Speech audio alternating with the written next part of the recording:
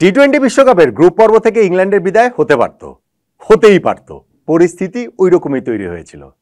এরপর কত কত সমীকরণ মিলিয়ে যে তারা সুপার এইটে উঠল, কিন্তু একবার যখন সুপার এইটে উঠে গেছে তখন শিরোপা জয়ের অন্যতম ফেভারিট ইংল্যান্ডকে ধরতেই হবে। কেন? সেটা সুপার এইটের প্রথম ম্যাচে ওয়েস্ট ইন্ডিজের বিপক্ষে তাদের সুপার পারফরমেন্স আরও একবার প্রমাণ করল। যে ওয়েস্ট ইন্ডিজ আগের 4 ম্যাচের 4টাই জিতেছে এই ওয়ার্ল্ড কাপে, যে ওয়েস্ট ইন্ডিজ আগের ম্যাচে আফগানিস্তানকে 104 রানের বিশাল ব্যবধানে হারিয়ে দিয়েছে, তাদেরকেই কিনা ইংল্যান্ড এই জায়গাটাতে হারিয়ে দিল 8 উইকেটের বিশাল ব্যবধানে, সেটাও 15 বল হাতে রেখে, সেটাও 180 রান তাড়া করে। ইংল্যান্ডকে তাই হিসাবের বাইরে আপনি রাখবেন কিভাবে? এই যে ইংল্যান্ডের একটা বিশাল জয় এবং ওয়েস্ট ইন্ডিজের একটা বিশাল পরাজয়, সেইখানে টার্নিং পয়েন্ট কোনটাকে বলা যায়? ওয়েস্ট ইন্ডিজের আগের ম্যাচের হিরোই কি এই ম্যাচে ভিলেন? নায়ক হয়ে গেছেন খলনায়ক? আমার সঙ্গে একটু মিলিয়ে নিতে পারেন।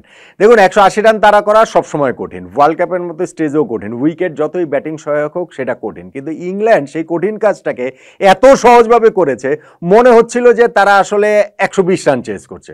ধরেন 180 চেস করতে নেমে ইংল্যান্ড এই জায়গাটাতে প্রথমেই পাওয়ার প্লেতে 58 রান তুলে ফেলেছে। জশ বাটলার ও ফিল সল্টের ওপেনিং জুটিতে 67 রান এসেছে। বাটলার যখন আউট হয়ে গেলেন রোস্টন চেজের বলে, এরপরে মঈন আলী এসে কিছু দ্রুত রান তুললেন, 13 রান করে তিনি আউট হয়ে গেলেন। তারপরে জনি বেয়ারস্টো আসলেন, বেয়ারস্টো এবং ফিল সল্ট জুটি আর কোনো বিপদ ঘটতে দেননি। ইংল্যান্ডকে আসলে খুব একটা চান্সও এরপরে আর ওয়েস্ট ইন্ডিজ ক্রিয়েটই করতে পারেনি। তারপরেও যেটা বলছিলাম যে রানটা তো বড়, দেখা গেল একসময় গিয়ে 6 ওভারে 56 রান ইংল্যান্ডের দরকার, হাতে না হয় তাদের 8 উইকেট রয়েছে। কিন্তু ওই সময় আকিল হোসেনের করা ওভারটা থেকে বেয়ারস্টো হচ্ছে গিয়ে 4 ছক্কা মেরে, 2 4 1 ছক্কা মারলেন, 16 রান তুলে ফেললেন। 30 বলে 40 রান প্রয়োজন। আর ওই সময় হচ্ছে গিয়ে রোবারি শেফার্ডের 1 ওভারে ফিল সল্ট তুলে নিলেন 30টা রান। 40 রানের মধ্যে 30 রান 1 ওভারেই তিনি তুলে নিলেন, 3টা ছক্কা 3টা 4। ম্যাচের আর বাকি কি থাকে? ফলে তারা সহজেই ম্যাচটা আসলে শেষ পর্যন্ত এখানে জিতে গেছে। 47 বলে 87 রানে নট আউট ছিলেন এখানে ফিল সল্ট, আর হচ্ছে গিয়ে 26 বলে 48 রান করে নট আউট ছিলেন জনি বেয়ারস্টো। এখন 180 রান তারা করে তারা এত সহজেই জিতে গেল ইংল্যান্ড। ওয়েস্ট ইন্ডিজ রানটাকে আরেকটু বড় হতে পারতো না? হতে পারতো, অবশ্যই হতে পারতো। তারা যখন ব্যাটিংটা শুরু করেছে, ওইখানটাতে ব্রেন্ডন কিং তিনি ইনজুরির কারণে রিটায়ার্ড হার্ড হয়ে বেরিয়ে গেলেন। তারপরে জনসন চার্লস তো ছিলেনই, সঙ্গে এসে নিকোলাস পুরান যোগ দিলেন।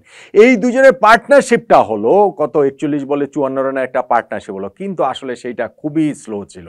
মানে এত উইকেট হাতে রেখে ওয়েস্ট ইন্ডিজের টার্গেটটা ছিল লাস্টে গিয়ে ইংল্যান্ডের উপর দিয়ে ঝড় বইয়ে দিবে, সেইটা তারা খুব একটা করতে পারেনি। ফলে মাঝখানের এই ওভারগুলোতে তারা যে খুব স্লো ছিল, সেইটা শেষ পর্যন্ত গিয়ে তাদেরকে কস্ট করেছে অন্তত পক্ষে 20-30টা রান। এই রানটা আসলে মানে 200 প্লাস এই উইকেটে হওয়ার মতো রান ওয়েস্ট ইন্ডিজে যদি আগে থেকে চার্জ করতো, সেইটা আসলে হতেই পারতো। এখানে নিকোলাস পুরান 32 বলে 36 রানের একটা ইনিংস খেলেছেন, 34 বলে 38 রানের একটা ইনিংস খেলেছেন। জনসন চার্লস পরের দিকে গিয়ে তাই পাওয়েল বলেন কিংবা হচ্ছে গিয়ে অন্যরা যারা বলেন সেটা আর কাভার করতে পারেন না। পাওয়েলের উইকেটটা খুব গুরুত্বপূর্ণ।